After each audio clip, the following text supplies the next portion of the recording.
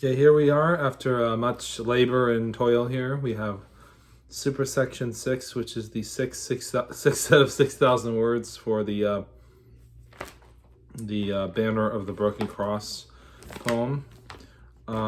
This is I've started titling the poems. They're not poems; they're sections of the poem. So this one is "The Dreadful King Rises," Supra section 6, and the speaker for this section is the Bard Prophet.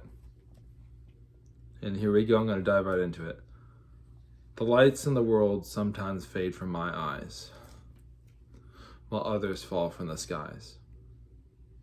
Memories of the past, I wasn't always a wanderer between all the worlds. My life was once very different, and for my present misery there is no one to blame but myself. All I ever wanted was to undo my past mistakes and thrive in my soul, just like my body.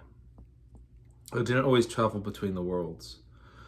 Before my multitude of lifetimes were lived, I only lived one life. And the tale is tragic and filled with pain, but how we arrived here, and I alone am to blame. I'll tell you this story if you have the time to listen. In my mind, it was many eons ago. But I had one life, the only one I knew. I lived in your world before I ever drifted between them. And even then, our problems had not yet begun. The violence against two perpetual forces at war had a beginning after the dreadful king of hell stepped down from his throne into the darkness of our world. He brought with him his own darkness. He made men do horrible things that no one had ever heard of before, forcing them to become his pawns on strings of the mind, so that men would be prisoners of their own minds, never able to escape, wandering the halls of the maze of the mind, while the demon took the reins, resulting in wars, devastation, tears, and abundance, hardship beyond comprehension. Only a fellowship of dear friends was able to stop him under the banner of the broken cross. The demon was banished from this world by the teacher's emanating light of a sword of truth, but for ages after the armies had overcome him, he now was disembodied and sought a new way to enter this world. By enticing a new victim, and only by taking what never belonged to him, that is, human souls, the beloved of this earth, could he gain strength through heartbreak and eventually would grow strong enough to reemerge. A parasite controlling a new possessed body, a new puppet, a new host. And for 1,000 years, the world forgot the name of the demon. And the war of the consuming fire was forgotten. During the war, I was granted the ability to live an extraordinarily long life. And this magic guards me even today. Although since then I had lived many lives and learned of the experiences of many, having no particular place to call my own. And I knew that my purpose in my life was to recount all of these experiences in song, to sing them through verse so that everyone listening might understand and feel within themselves the desire to become more than who they are, and explore their world and save those on the brink of being lost. I have been a guide to lost sailors on the seas of many worlds, but never once have I ever believed that any of my actions could have atoned for any of my sins. The pain in my heart as I realize that I might never be forgiven. When the dreadful king of hell was banished from your world, the kings who fought this war knew they wanted the memory of the conflict to be forgotten forever. So they burned books that were written. This war lasted for 10 years. One dark night, 1,000 years after the enemy was banished from your world, I knew in my heart that my time in your world was short. I could feel in my heart that if the shadow ever returned, I would no longer be able to stay in your world. I would be either dead or somewhere no one would be able to find me. I knew that the weapon we used to banish the demon from this world, that is the Ethernelion, that is the lamp which lights the hearts of all people who approach it, still was secure in its place of power. And as long as this eternal light was not squelched, it would shine, on forward forever. The long ordeal was sung about for decades, and it became forbidden to even speak of the war, and the name of the demon had been blotted out and forgotten. I was the oldest man in your world still alive. Now it was now 1999, the year of our Lord, and enshrined in my mind forever were all my past experiences. Although no one else could remember, I was a lonely soul in the modern world because no one else believed in magic. Although my heart was filled with magic, I drove all across North America, and my life had no signs of slowing down. The holy war I had fought had changed me, and my magic was now infused inside my heart, saved but only as by fire. My mind now wandered as much as my body, forever desiring to find a place of freedom or truth. Nowhere could be my home in your world, so close to the end of my 1,000-year stay in your world. I visited museums and recognized faces of kings I had met face to face, and the memories flashed in my mind without ever ceasing, until I would leave and expunge all these triggering thoughts from my mind. I knew that I would never fall in love in this world again, and as I walked through the museum, I saw couples walking hand in hand, and I knew I would never get back what I had lost. All things I experienced reminded me of the mercy of the touch of a woman. I saw not only the edicts of kings of your past in the museum, but also the untold toil of those who labored under the fist of miserable regimes. The true enemy nowhere seen, his rule and the fight against him removed from history. I spoke to no one, but knew what already existed in their hearts. I needed to live and thrive in this world without fear. My meandering mind in this museum could never stay in one spot, always contemplating what might happen in the future, and the path the world would tread. These people knew nothing of the lamp that was protecting them. They lived in a world graced under the light of those who came before. My heart itself was filled with song on its journey. Through all ages of history in your world, I gazed up at the stars every night and wondered if there was ever a way to find other worlds outside the shell of my existence. But although I didn't know it then, I know now that every step I take in this world leads me closer to another universe, where I can start life over again and maintain all of the same memories, weapons of war on display, including swords of steel, which reminded me of the war of the consuming fire, which saw the king of hell exiled from this world. The mind and the heart are the most powerful weapons which will ever be known. Yes, indeed, they are mightier, but more difficult to wield, more cumbersome, less convenient, but all-powerful and unstoppable in their own times. I know that I will never be laid to rest, will always be traversing from one world to the next. And this was actually the curse of the servants of God, bestowed on me because of how I had caused the Dark Lord to rise, although inadvertently, not intentionally. In the end of all the suffering was all my fault. My involuntary fault became my greatest regret, until the light of the world stepped down to darkness, erased my mistake, put a mark of protection on me, so that while I was being whisked between the worlds, no one could kill me. I was indeed like an angel. You never know when you'll meet one.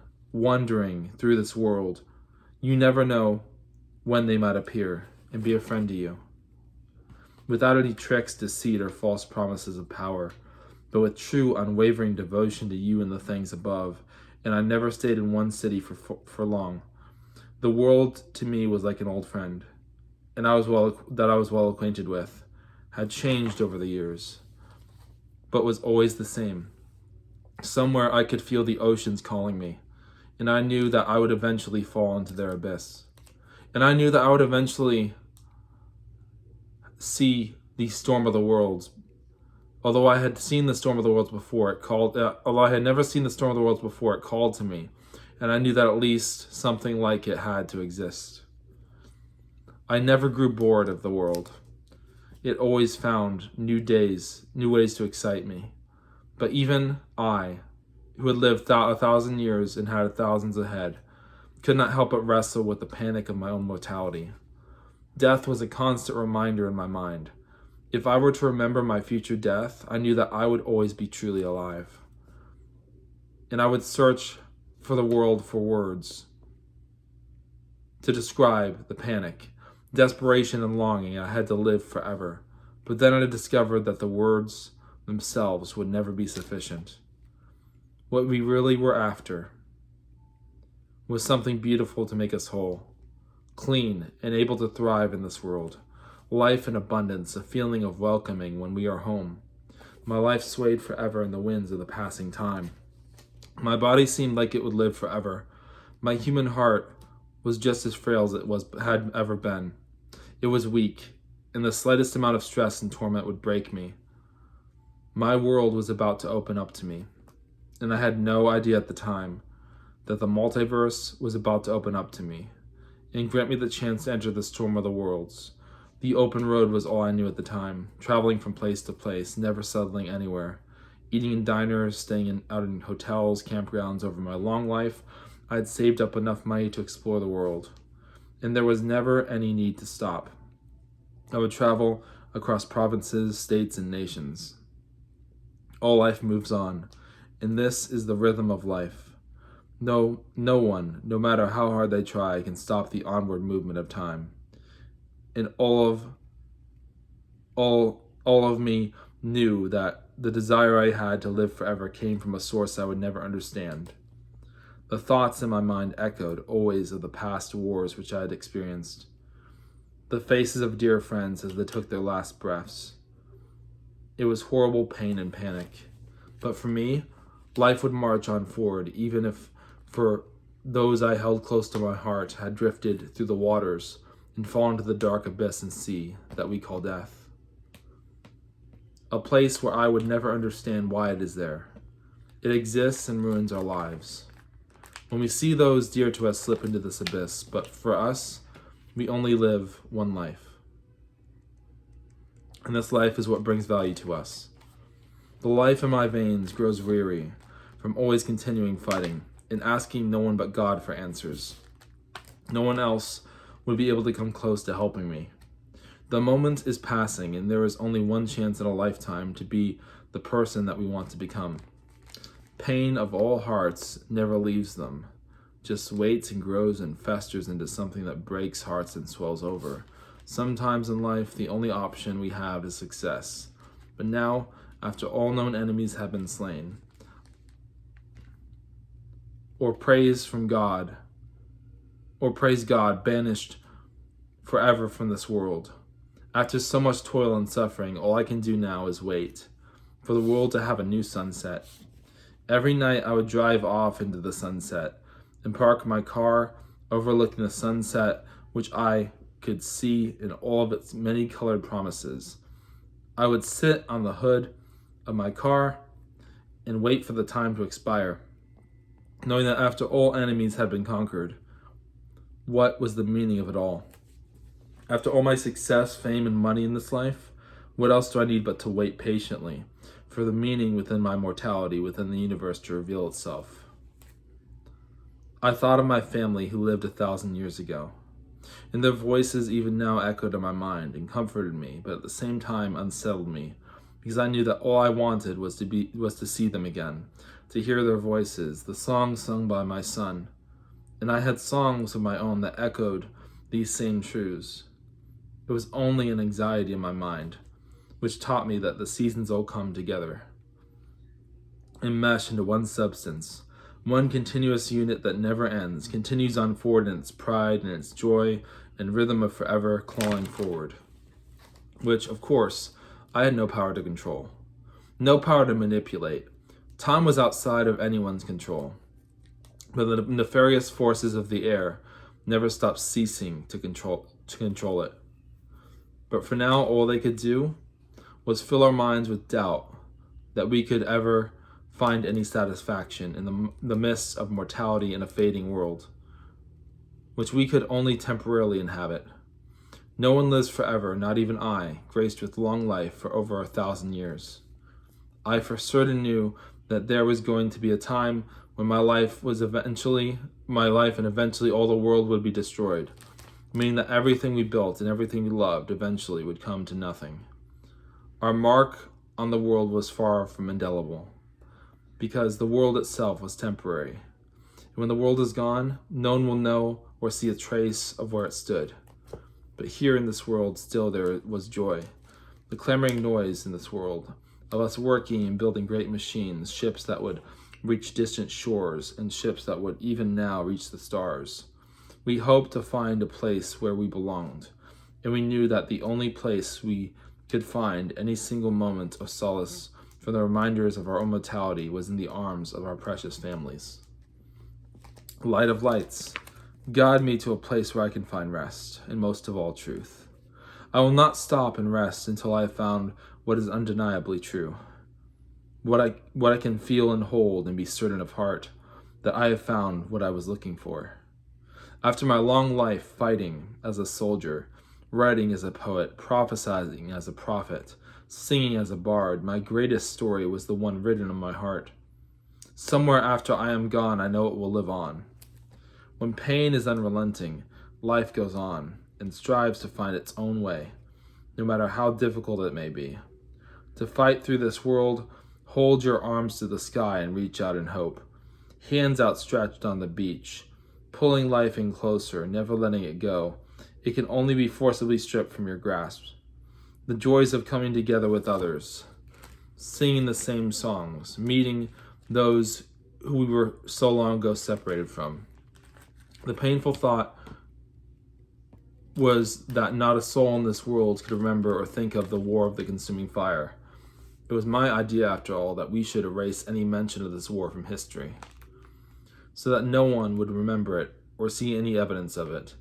The acts of valor, deeds of horror, the fellowship of friends that defeated him, none of these things would be reflected on, mentioned, or even remembered, erased forever from the pages of memory of all minds in the world, and stricken out from the parchment pages of history, so that no one would ever again notice or make mention of it.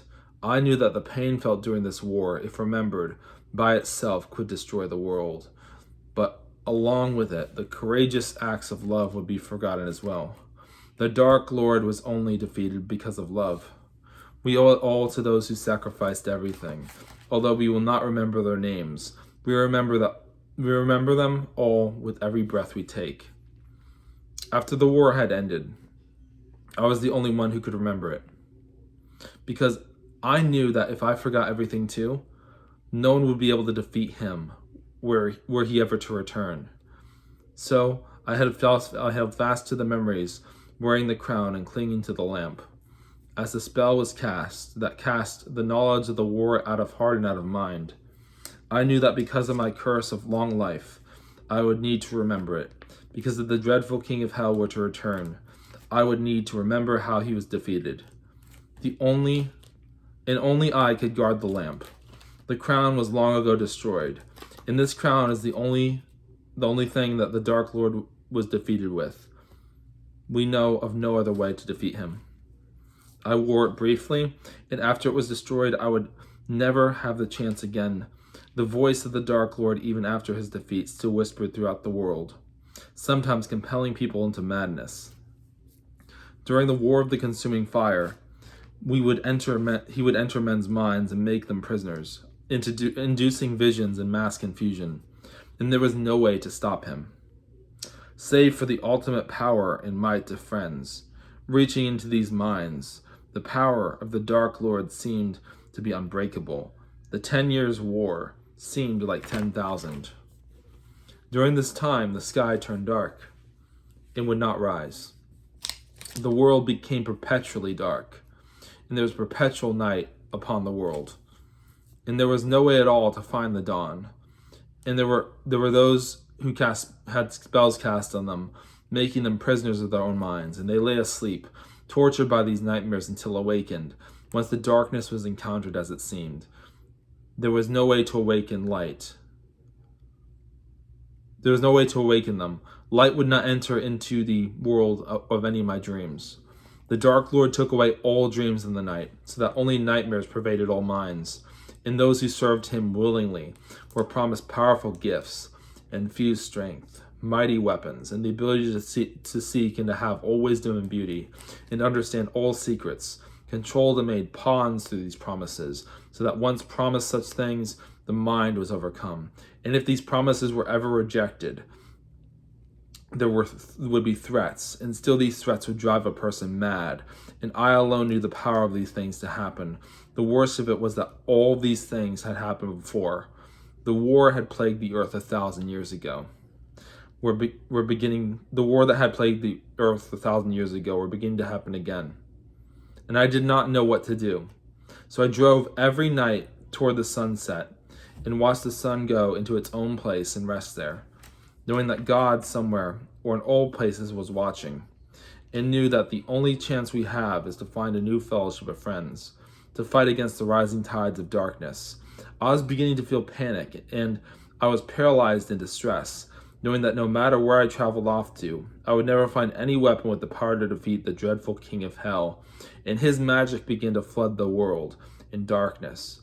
And I would drive each morning and watch the sunrise, and each sunrise was beautiful, until the sunrise never came. There were warnings everywhere that the world would never again be the same. The birds were in a bizarre way flying a panicked and erratic and reckless way. The stars in the sky grew dim, and the moon turned red, and it was then that I knew all my fears were fulfilled. The dreadful king of hell had assumed a new body, and I felt the horror in my heart as I understood that the slaughter of innocent souls was the only way he could have assumed any power. And fear filled my spine, knowing that the time I would spend in this world, one way or another, was about to come to a calamitous end.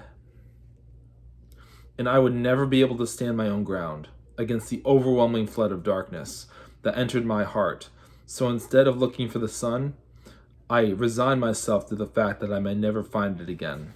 My heart grew dim, and all that flooded my mind were vicious memories of the scorched earth, and those were but bats and clubs compared to the weapons of the modern war. The servants of the Dark Lord, equipped with toxic gas and bombs, would be a force that no one could contend with. The world was going to come to an end. At least mine was, and that was the only thing I knew. My next thought questioned how the lamp had gone out. It was secure, and no one knew where or how, or what magic to use to find it. Once the lamp went out, the demon was free to enter this world and seek a new host to inhabit and a spineless souls to command. I contemplated what I could do, if anything, to resist, never daring to think I could ever have the victory. The chances of that happening, as I was certain, were nothing. The fight in my heart had long ago gone. All I could do was hope for a swift death to the entire world. The darkness was hovering over this earth and consuming it in its winds and vicious storm. The news reports cluttered the atmosphere. Talk of how this could happen. The scientists said all of this was impossible, but many of my dreams are beyond belief, and some of them have come true. These same dreams would never be understood or overcome by strict calculation. Dreams can only be summoned with the power of charity. The overwhelming, mysterious force which moves always in mysterious ways, treading the path where we never understood our own hearts. But now, the only thought that filled my mind were those of horror. I kept telling myself that the demons would never return. It was so long ago, and the world had changed so much since then. But in my deepest heart chamber, I knew that his reemergence in your world was inevitable. His iron-demanding grip and twisted tongue would stop at nothing to get everything that he was looking for. As cunning and sly as a serpent, sometimes he would go through the world disguised as some never-before-seen kind of animal. I knew that I would never be able to escape from my past. The old wounds were about to open wide. Old sorrows were about to reemerge. Old conflicts about to ravage the world again. But this time, the world might come to an end. The nature of the weapon that people had now, the nature of the weapons that people had now were nothing compared to what we had before. I would look forward to the nights in which I could retreat into my room and sleep, until the night when my dreams began to evade me, and they were slowly replaced with nightmares that permeated every corner of my tired mind. And I would be unable to move forward in these dreams, always exhausted, burning up in panic most nights. My dreary life was but watching The rain patter on the windowsill always reminded me of the stabbing fact I had failed, and there was nothing I could do to prevent the rage and also the passionate love inside my heart of hearts from boiling over. All that was filling my heart were bitter and panicked and extremes of emotions, which followed me everywhere in all the seasons of this world. My spirit grows forever in the same passion it will always have. Despite all the torture and disaster that was appearing, the world budging closer to the edge and the end of falling off the bridge, without showing any signs at all of any resistance. My thoughts now filled with horrifying terror, gripped by a despair that clings to my heart enthusiastically. The magic in hearts was the same, and there were indeed those who, as it seemed, had a spell of magic fall over them. Nothing would ever wake them, and as it seemed, they existed as prisoners of their own minds. As it seemed, a vicious and insidious spiritual force had entered this world, and it tried to take over the world, starting with the minds of the young souls in this world. And if love is honest, it will always, when it reaches out, easily pierce through the curtains of those minds which had been enslaved, laboring, toiling in hot and sweaty conditions, to reach out to those souls and save them, or free them from the constraints on their minds which no one can understand. My fortifications which protected my soul, however, were always impenetrable. No razors or bullets could ever hope to penetrate my heart. The Dark Lord had no such power over me. The shadow that at this moment had covered the world was insurmountable. It covered all people in their sacred spaces, not caring at all for the nature of anything that is holy. All the wicked can do to get what they want is utilize deceit and violence. The red sky covering the world now, showing that despite all our labor to preserve our hearts, there was nothing that we could do to fight against the legions of dark nightmares that would enter our sleeping minds. And there is no way that any single one of us can reach out of this world on our own with our own strength or power. No one ever hopes for such things. My hollow hope for the future was completely eviscerated the moment I had first even suspected that the Dark Lord might have returned. In my mind, life always goes on forever, with nothing standing in its way, nothing stopping it, as the world had flowed onward for 1,000 years. And for the very first time in 1,000 years, I grew exceedingly fearful, knowing that I was again at the mercy of those with violent hearts. And that after so much pain during this war, perhaps all of it was for nothing, because it was all happening again.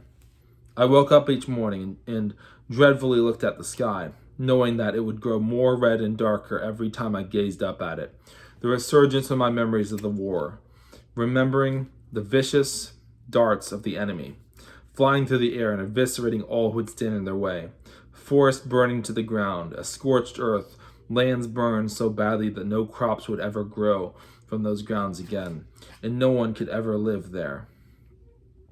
There was betrayal as well. Kings and lords were stabbed in the back by those who had turned to the side of the dreadful king of hell, promised riches and power, but in truth, after they were promised such things, they went insane and destroyed the lives of those around them, and indeed destroyed what was more valuable than riches. There were also acts of valor of the heroes of this war.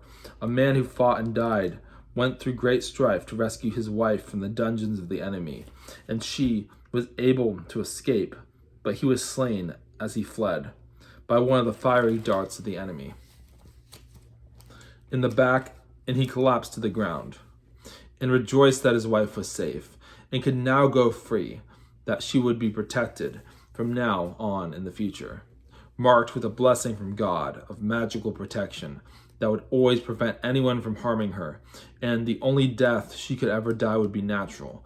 The time has passed so quickly until the days when all of these things completely out of mind forever, no one save myself would ever remember them. The songs sung of this war were all forgotten. Not even I can remember them. We thought that the memory of this war would do nothing but to destroy the world, but as I came to realize, I was wrong. The memory would have saved the world, and forgetting it certainly resulted in the second coming of that dreadful king of hell, who desires to rule all creatures and hold dominion over their very minds, by entering their minds and causing visions and confusion, and to make men prisoners of their own minds, so that never again will they ever see the truth. In this life, there are some who slip and fall to the bottom of the oceans.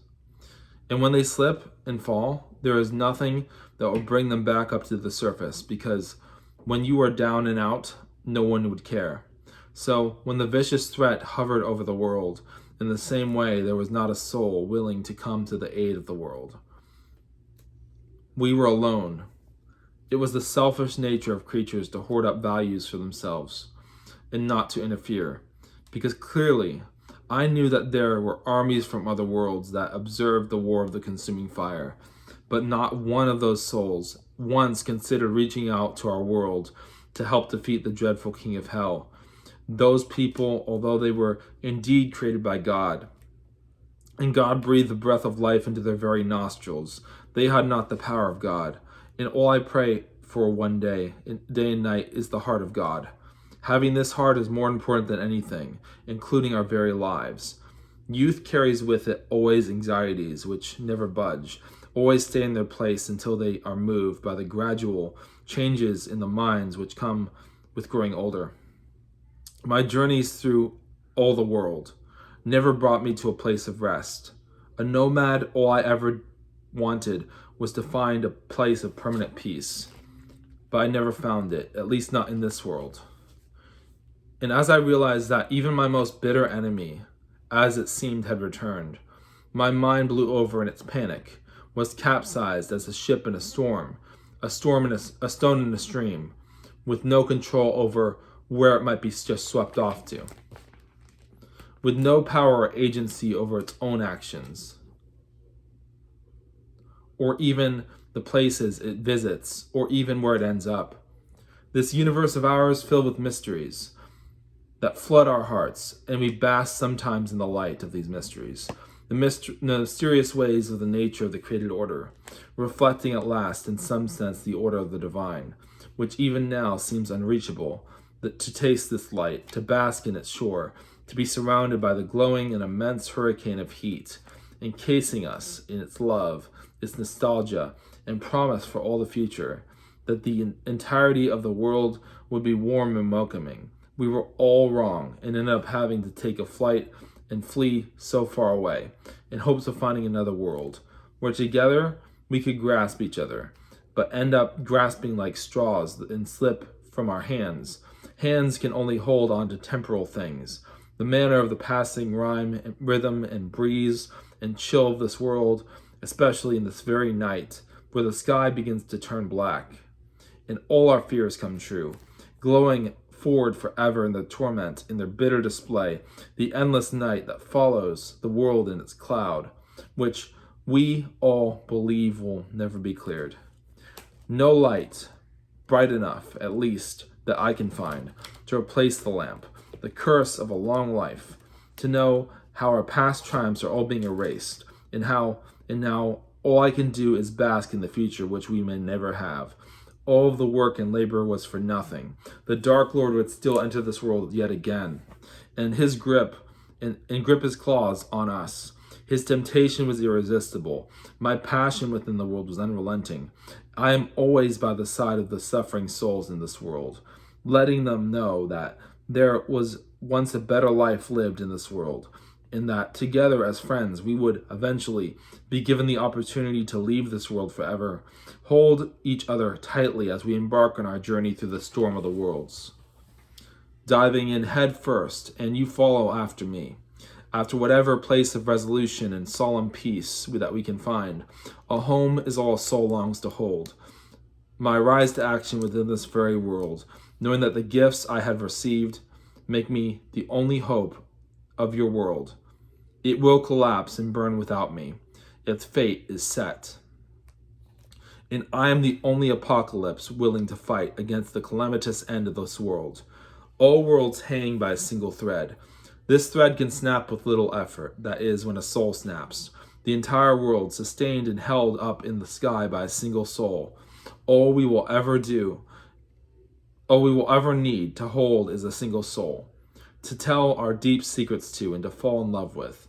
But sometimes, through the thick darkness of these words, of these winds, our longing grows for what is beautiful and offers us comfort even in the midst of this world's present darkness, which I see surrounding the posts of my very bed every night.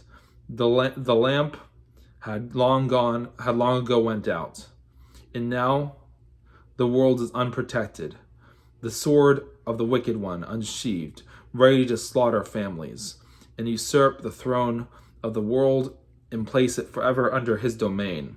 The trembling spirit of this night grows in its passionate and bright future, a hopeful song, a light in hearts that boils over with the calling out for surrender into the peaceful arms of truth, falling forever into the arms of promised love, which never fails us and never lets us go.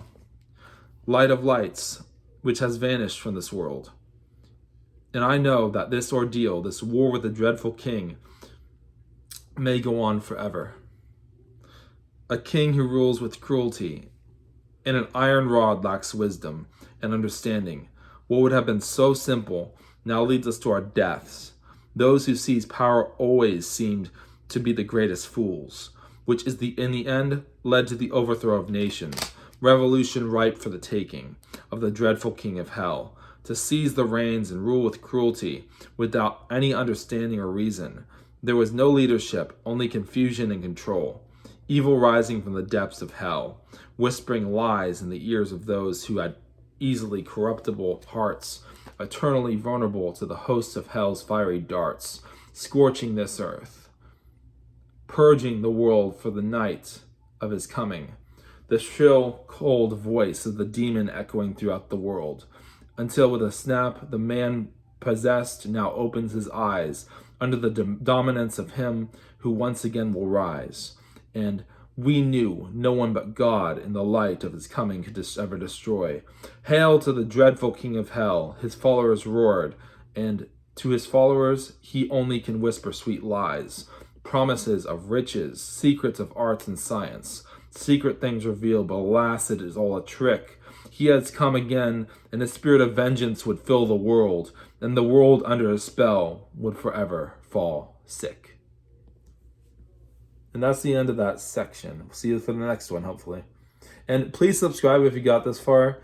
I'm really struggling here, so if you could subscribe, that would be really helpful. Thank you.